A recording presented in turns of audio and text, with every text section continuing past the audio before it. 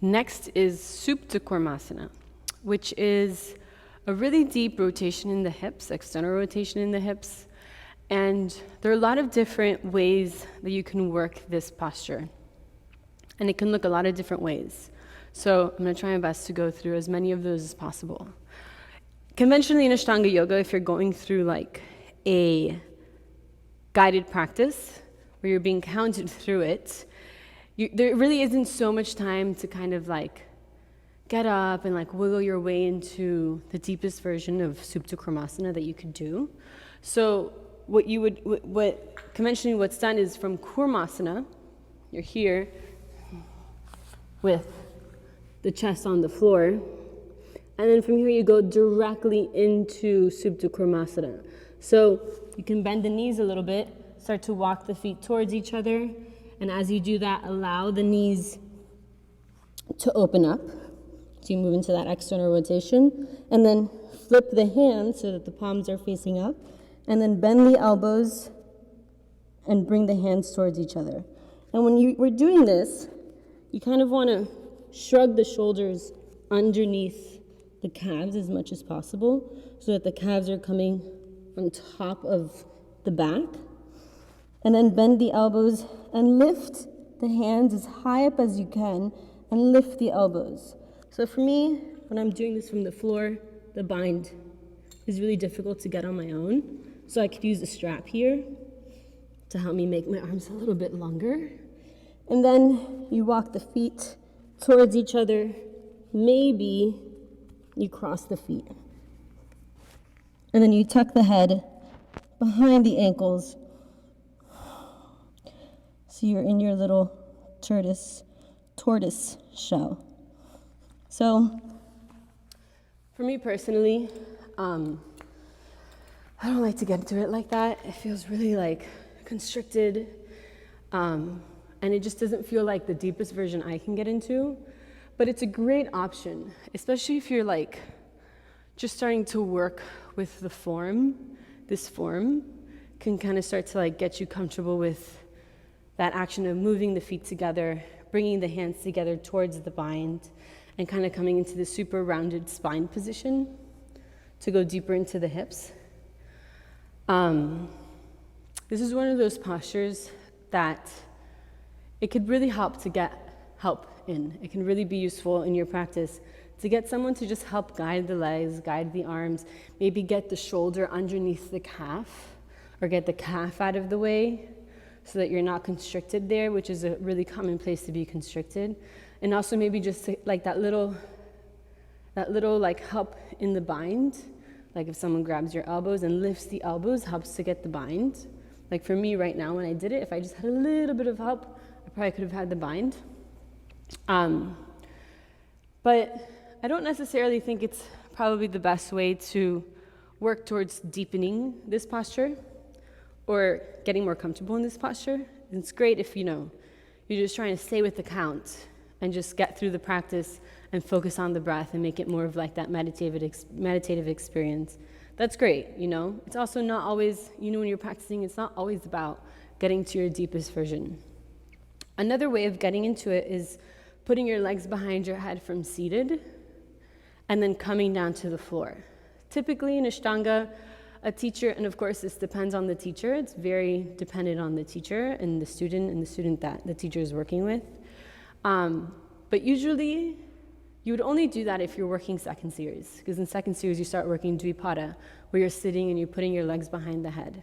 So that's normally how I get into it. Also, not because I'm working second series, but also because that's when if I'm like in it deep enough, because when I put my legs behind my head from seated, I'm in it deep enough so that I'm able to get a little bit more comfortable in it.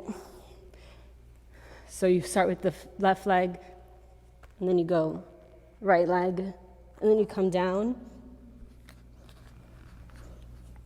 Get comfortable so that the forehead is going to support it. And you take the bind, and then maybe you point the feet. And then to come out of it, you lift up, and you come into Bakasana again, and you jump back. So obviously this is like, what I just showed you is super challenging. And I mean, it's so challenging, I'm not gonna break it down until we get to second series, until we get the tutorial for Dvipada. Like the hips need to be already so open, so much is happening in the hip and the position of the torso to get into that posture. So I wanna focus a little bit on other variations that you could do if you're trying to deepen this action in the hips. So you can place a block underneath the feet, right? Well, before that, I should say, you could also just have the feet in a diamond shape and fold forward.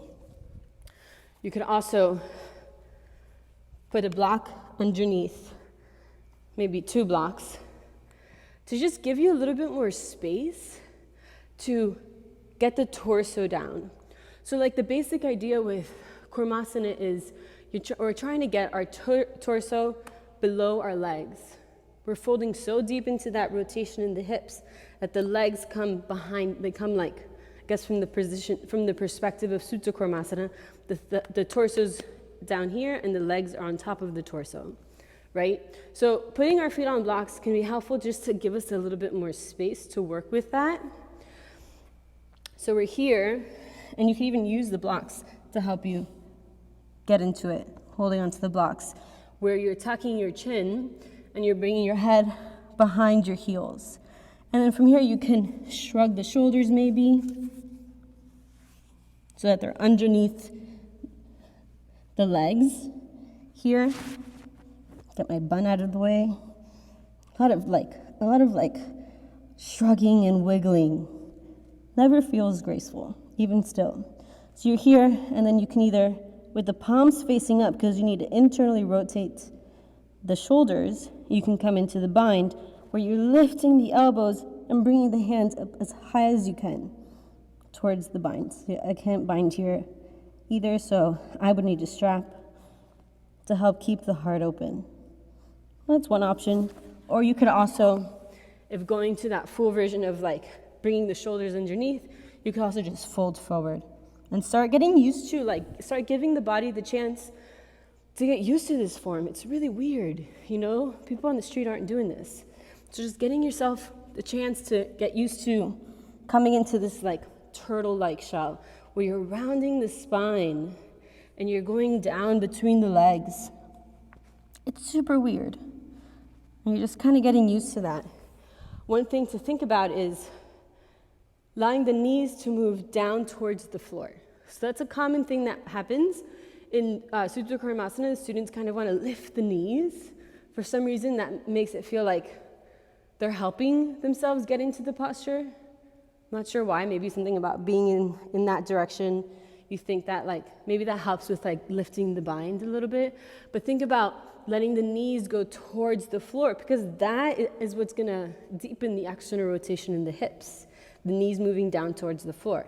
And the deeper you go into the external rotation, the more the torso can fold in, down, below the legs, and then you can kind of integrate the whole posture with the bind.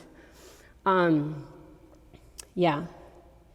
So, and again, there isn't a lot that we're doing before this posture that is really preparing us to put our legs behind our head. So, notice in this version and also the version on the floor, the legs don't necessarily need to go behind the head.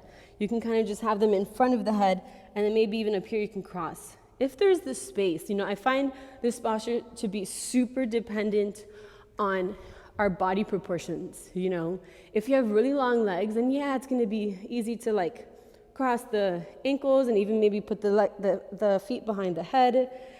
But if you have a really long torso and short legs, there isn't going to be a lot of space for that to happen. So don't get so caught up in placing body parts in particular places based on what you've seen somebody else do.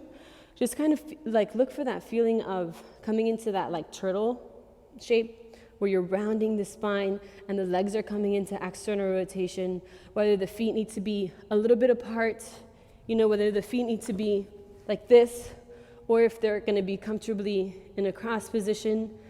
But as long as the legs are kind of moving into that external rotation, the spine is rounding, and then you're taking that bind, one last piece. The bind is helpful to help us open the heart. So we're not collapsing again, so we don't have the collarbones moving in towards each other. This can be like, there are some, it's common to, not common, but I've heard people getting injuries in their collarbones because they're not supported here. So you're so imagine like you're collapsing here and then you place the weight of the legs on here and then it's just too much pressure in. You're closing the heart and you're injuring the space between the collarbones or the collarbones themselves. So the bind really helps, whether it's the hands that are binding or you're grabbing onto a strap, super helpful to keep that open. Yeah. Some teachers might not even put the legs, might not even cross the ankles or attempt to bring the ankles behind the head, or not even that, or even just like bring the legs, go into this action where the leg is behind the shoulder. They won't even do that unless the bind is there. Because if the bind's not there, then there won't be enough support to keep that open when you put the legs behind the shoulder. So as you can tell, hopefully, that this is like a super nuanced posture and it can look really different on everybody. I've seen so many different versions of Supta Kurmasana and even like so many different versions of how to help someone into Supta Kurmasana. So remember, always going back to like, what am I trying to do in this posture? And what am I trying to experience in this posture? And then allow the form to take expression from that intention. Yeah, rather than being like, oh, I need to put my legs in this place, or I need to put my arms in this place. So we're focusing on those three main things. Rounding the spine into that like turtle shape. Externally rotate the hips. And also deepen into the hip flexion, because part of the action of moving the torso below the legs in the Supta Kurmasana orientation is moving into hip flexion as well, which we talked about a little bit in Kurmasana. So rotation in the hips, hip flexion, and then the bind, which helps to keep this nice open and bright so that we don't close our hearts. Yeah, so it's a lot to work with, but good luck.